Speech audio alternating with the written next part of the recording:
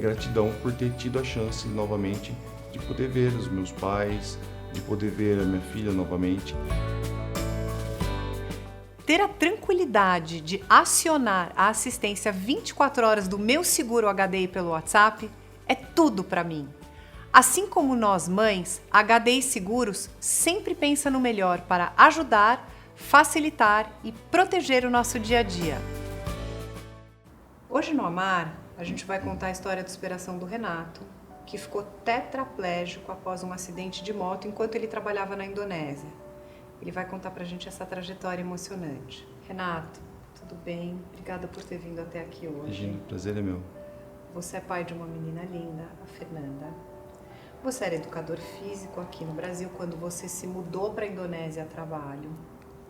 Como é que foi para você ficar 6 anos longe da sua família e da sua filha, que na época tinha só 3 anos de idade?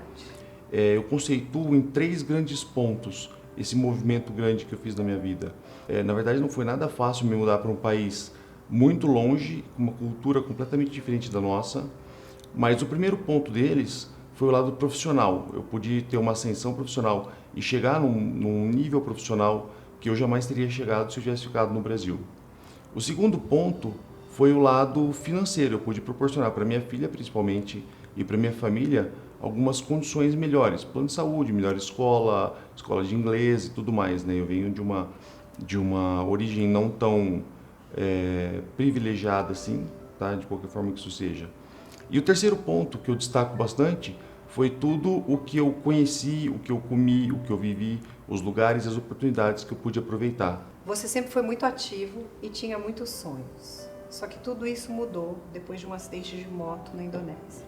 Conta pra gente o que aconteceu naquele dia. Eu já morava na Indonésia há 6 anos. Tá. Eu trabalhava para uma rede de academias de ginástica que tinha sede na Indonésia e eu fazia parte de um clube, né, de moto esportiva e a gente saiu, era um feriado, era uma quinta-feira, feriado na Indonésia, e a gente saiu para fazer um evento de moto, né, um almoço e tudo mais.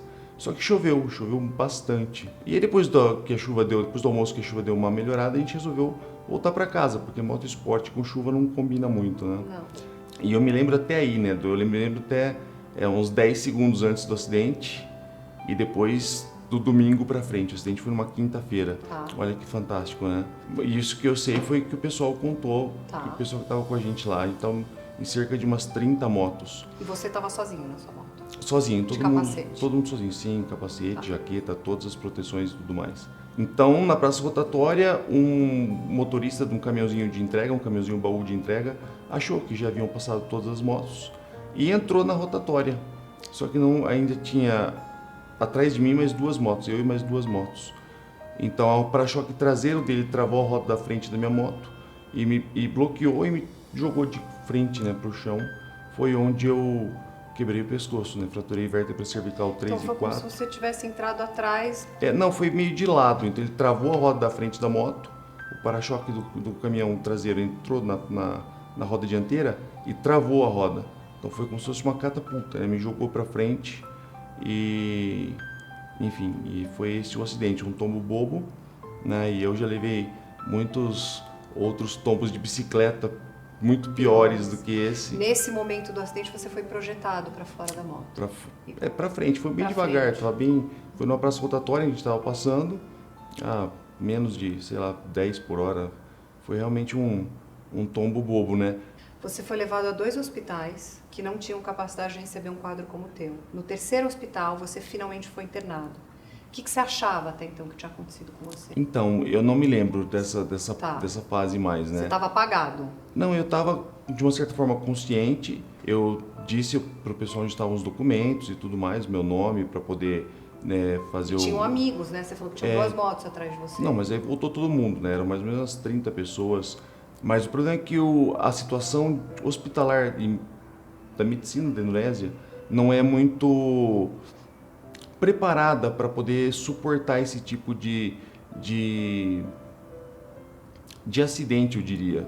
Desse momento que você fala que você não lembra de mais nada, da rotatória até a segunda-feira, como era o seu nível de dor, percepção? Não me lembro. Nada? Nada. Tá. Em que momento que você descobriu que você estava tetraplégico? E como é que foi receber essa notícia que mudou a tua vida? Esse é um dos momentos que eu me emociono até quando, todas as vezes que eu conto até hoje. Até que a minha família fosse avisada e tudo fosse estabelecida, a situação fosse estabelecida aqui, o meu irmão simplesmente catou o passaporte.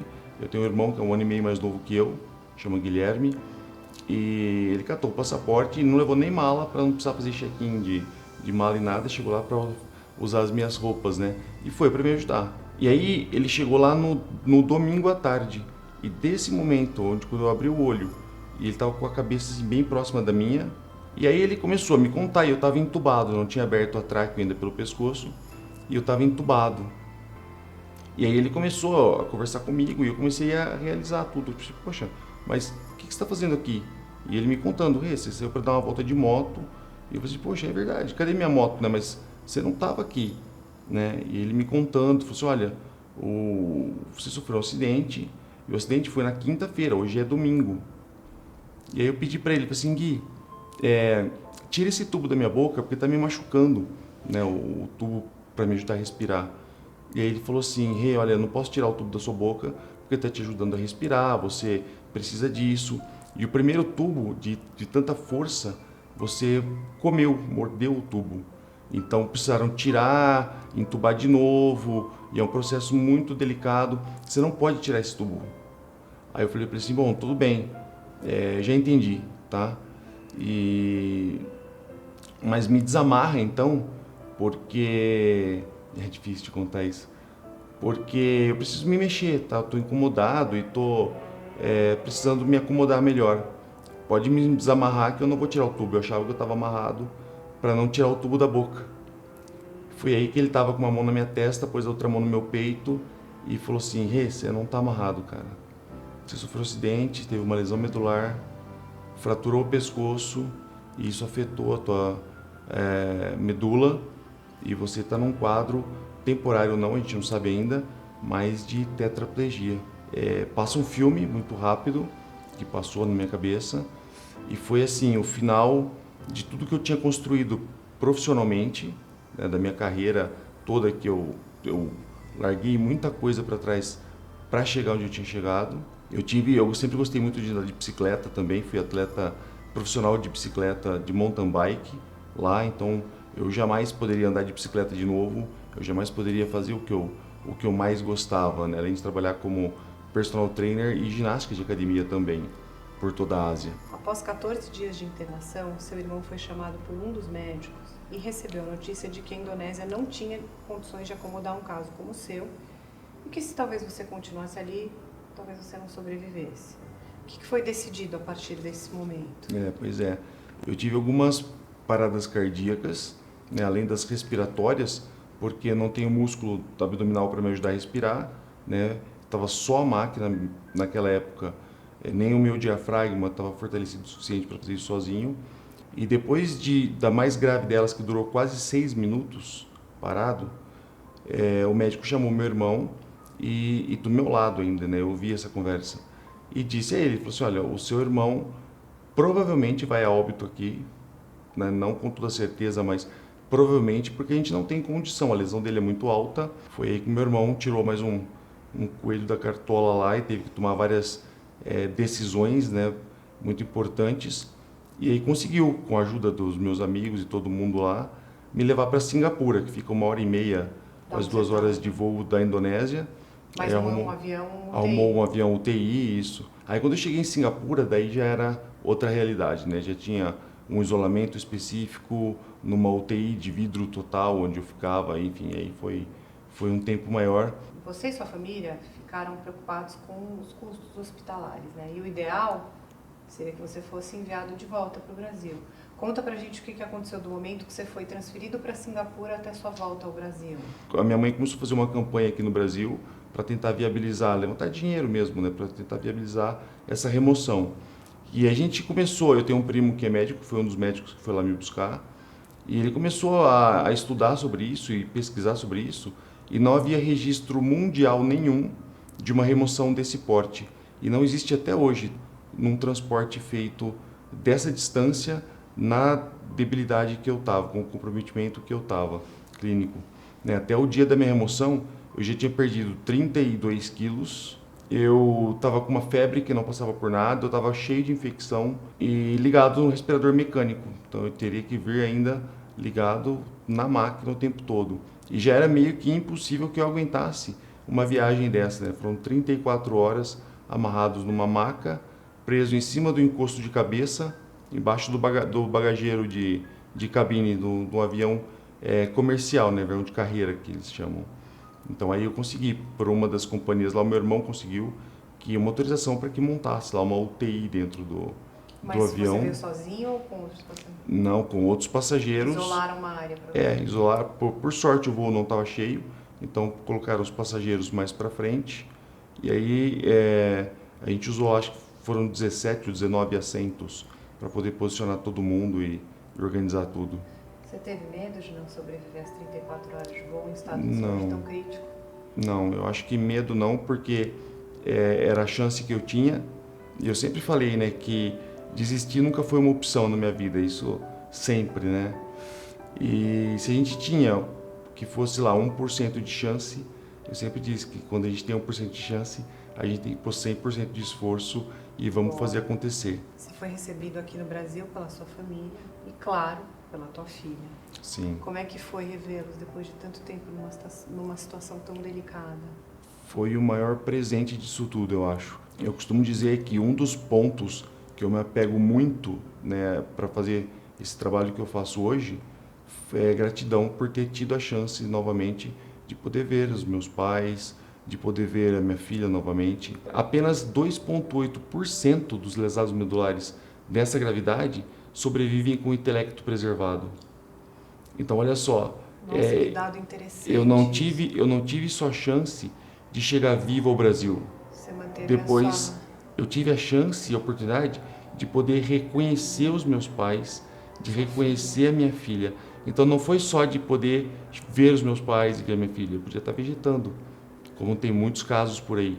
Mas essa chance de eu poder reconhecer a minha mãe, reconhecer a minha filha e poder participar ativamente da vida em família, de tudo isso, é um outro ponto positivo de muita sorte ou de muito merecimento, né? E se eu tinha duas opções. Ou eu ficaria reclamando, e eu tinha uma boa desculpa para isso, né? Um pescoço quebrado para ficar reclamando da vida, o resto da vida que eu tinha.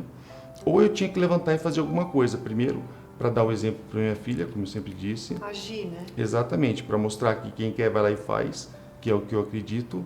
E segundo, para não deixar tanta gente que trabalhou de alguma forma para que eu chegasse no Brasil ter sido em vão. Quando você chegou no Brasil, foram mais uns 3 meses de hospital. Sim. E como é que foi essa reabilitação, esse período? Quanto tempo, como foi? Na verdade, a reabilitação, a gente sempre aprende a gente sempre pensa que é uma reabilitação para eu voltar a andar, me movimentar. E na verdade é uma reabilitação para a nova modalidade de vida que eu teria ali pela frente. Então eu tenho que aprender como funciona bexiga, intestino neurogênico, como funciona o hábito de vida, como é que funciona tudo o que eu precisava daí para frente nessa nova modalidade, tá? E foi reaprender a viver. Reaprender a viver de todos os sentidos, tá? E naquela época eu precisava de ajuda para exatamente 100% de tudo o que eu precisava. Não mais para respirar, porque eu consegui ficar livre com muito fortalecimento respiratório para poder respirar sozinho, consegui ficar livre do respirador. E isso devido também ao seu bom preparo físico, né, sim, Renato? sim, tudo que eu treinei, não só fisicamente, mas psicologicamente, mentalmente, e o que eu treinava as pessoas lá na Ásia também, serviu para eu passar por mais essa fase. E a minha dificuldade maior nesse começo, claro que eu tive, minha filha, meus pais, a família toda e muitos amigos por perto, mas eu não tive ninguém que tivesse passado por uma situação real dessa, de dificuldade, que sentasse do meu lado e me explicasse, olha, você vai sentir tal coisa, você vai passar por tal coisa, você vai precisar de tais coisas, né, daqui para frente. E é por isso que hoje eu falo abertamente de tudo isso. Eu costumo dizer que eu uso, né, a minha pessoa como veículo e a minha história como combustível para poder motivar as pessoas e mostrar que pode ser difícil, mas é possível que a gente supere qualquer problema e tenha uma vida melhor de qualquer forma que isso seja, né? Renato, você faz um trabalho super importante hoje, motivando as pessoas em situações difíceis, né? As que passaram Sim. por algo semelhante a você. Conta um pouco pra gente sobre os teus projetos. Olha só, Mariana, eu sempre digo que as pessoas hoje podem me usar como exemplo aí, né? A minha história, tudo o que passei, o que eu enfrentei, o que eu superei, como motivação, como combustível para que elas entendam que elas também são capazes. Eu montei um curso digital, não sei se eu posso falar disso. Lógico que você pode, nós vamos divulgar ele, pode falar. Legal, eu montei na verdade um curso então, 100% online, 100% digital, Como chama? chama Código de Superação. Tá, Onde eu ensino as pessoas, ele é apoiado em 3 pilares. tá. O primeiro pilar é um pilar de identificação, para que as pessoas consigam identificar o processo todo no qual elas estão inseridas. Porque às vezes as pessoas têm problema no trabalho, ou têm problema na família, ou têm problema em algum lugar. E na verdade esse é o reflexo, não é lá que a gente tem que tratar, é de dentro para fora, entende? O segundo pilar, eu vou te dar várias ferramentas para que você consiga raciocinar e tomar decisões sobre tudo aquilo de uma forma eficiente, de uma forma plausível. E o terceiro pilar, aí sim, no final desse programa, desse curso, você vai tomar uma ação para que você consiga superar qualquer problema, sempre se falando de problemas definitivos ou problemas temporários. Para finalizar, Renato, eu gostaria que você olhasse nessa câmera e deixasse um recado para Fernanda, sua filha. Fê, eu sempre digo que nada acontece por acaso, né? Então, o que a gente achou que foi um erro do destino quando você nasceu, foi a grande chance de você estar na minha vida hoje. Porque talvez, por tudo isso, esse acidente, você pudesse não ter nem nascido. Então, sou muito grato a Deus por ter você na minha vida.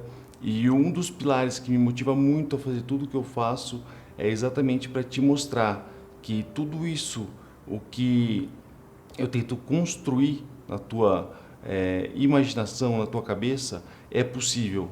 E se é possível, cabe só a você transformar o seu caminho num caminho produtivo em direção daquilo que você quer. Então, espero que você se sinta motivada pelo meu trabalho, por tudo que eu sempre fiz. E uma gratidão enorme, te amo demais. Renato, eu só posso agradecer tua vinda aqui, te desejar um caminho de prosperidade, luz, sorte ao lado dos seus. Gostaria de te presentear com o meu livro. Que bom, muito obrigado. Você é um cara muito especial, é uma lição de vida para todo mundo que te ouve aqui. Eu já era fã da tua história, agora fiquei mais ainda. Que você tenha um caminho de sorte na sua vida, de conquistas, que você consiga seguir tua missão e teu propósito aí ajudando as outras pessoas. Que bom, gratidão também pela oportunidade aqui hoje de poder estar conversando com você e levando esse recado a muitas outras pessoas. Eu sempre digo que a gente tem mesmo que aproveitar todas as oportunidades e poder influenciar positivamente na vida de qualquer pessoa que a gente se depare ao longo da nossa caminhada, né? Obrigada, Renato. Muito bom. Obrigada mesmo. Eu que agradeço.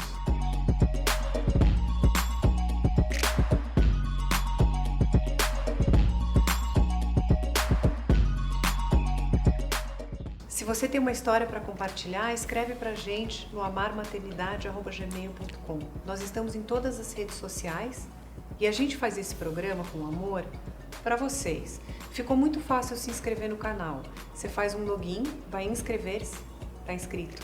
Eu tô esperando vocês no próximo programa. Tchau!